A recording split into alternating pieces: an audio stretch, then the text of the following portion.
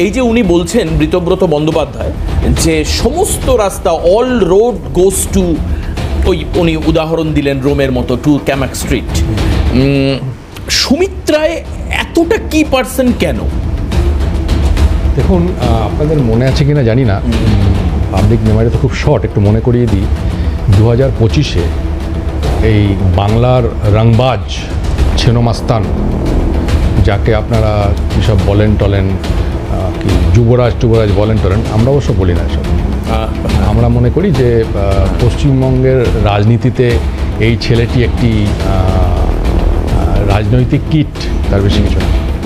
যাই হোক, তো এই ছেলেটি রংবাজ ভাইপো, সে বলেছিল নিঃশব্দ বিপ্লব 25 সালে বলেছিল। তো বুঝতেই পারছেন সুমিত্রায় নিঃশব্দ বিপ্লব।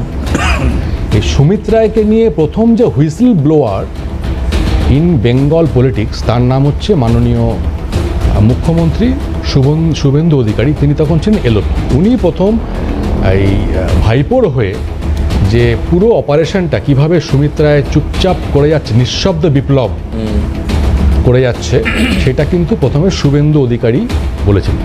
এটা মোটামুটি 14-র পর থেকেই না? শুভেন্দু অধিকারী এটা প্রথম বলেছিলেন না, শুভেন্দু অধিকারী অনেক পরে বলেছেন। মানে এই যে সুমিত্রায়ের অভিষেকের সঙ্গটা, এটা অ্যাক্টিভলি কবে থেকে আরো বেশি? উনি তো প্রথম 14 সালে লোকসভায় দাঁড়ান এবং জেতেন অভিষেক, তারপর থেকেই কি অ্যাক্টিভলি আমরা ওভাবে তো স্পেসিফিক্যালি বলতে পারবো না, কিন্তু আমরা রাজনৈতিক কর্মী হিসেবে যতটুকু আমরা জানতে পারতাম সেটা হচ্ছে যে আমরা 18-19 সাল অনওয়ার্ডস আমরা ওর অ্যাক্টিভ অনেক কিছুই আমরা দেখতে পেয়েছি। তো যাই হোক, এই সুমিত্রায়কে নিয়ে প্রথমে যেটা বলতে হবে সেটা হচ্ছে যে দেখুন, মস্তিষ্কের অনেকগুলো যে মূল যে মস্তিষ্ক, তার বাইরে অনেকগুলো সুরক্ষা বলয় থাকে, আবরণ থাকে, প্রকোষ্ঠ আবরণ থাকে, যেটাকে বলা হয় যেটাকে অ্যাকচুয়ালি বলা হয় মেনিনজেস, মানে বায়োলজিক্যালি ভাষায়, অ্যানাটমির ভাষায় মেনিনজেস বলা হয়, ঠিক আছে? তো এই মেনিনজেসের যে প্রথম যে আবরণটা, সেটাকে যদি আমি অ্যানাটমির ভাষায় বলি, সেটাকে বলা হয় ডিউরামেটার।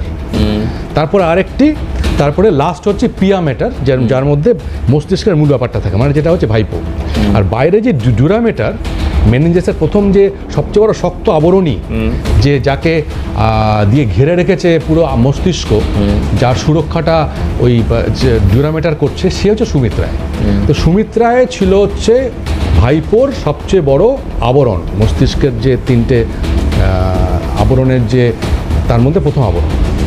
তাই সুমিত্রায়কে যদি আমরা মানে সিআইডি বা যারা ইনভেস্টিগেটর আছে যদি ঠিকঠাক জিজ্ঞাসাবাদ করতে পারে, এমনকি আমি তো মনে করবো যে সুপ্রিম কোর্ট পশ্চিমবঙ্গ পুলিশের হাতে, ইডি এবং সিবিআইয়ের হাতে একটা সবচেয়ে বড় অস্ত্র তুলে দিয়েছে। এই সুমিত্রায়কে বলে দেওয়া হলো যে আপনি গিয়ে সহযোগিতা করুন, আপাতত আপনাকে আমরা একটা স্বস্তি দিলাম। তাতে কী হলো, সুবিধা হলো, সুমিত্রায় চলে এলো।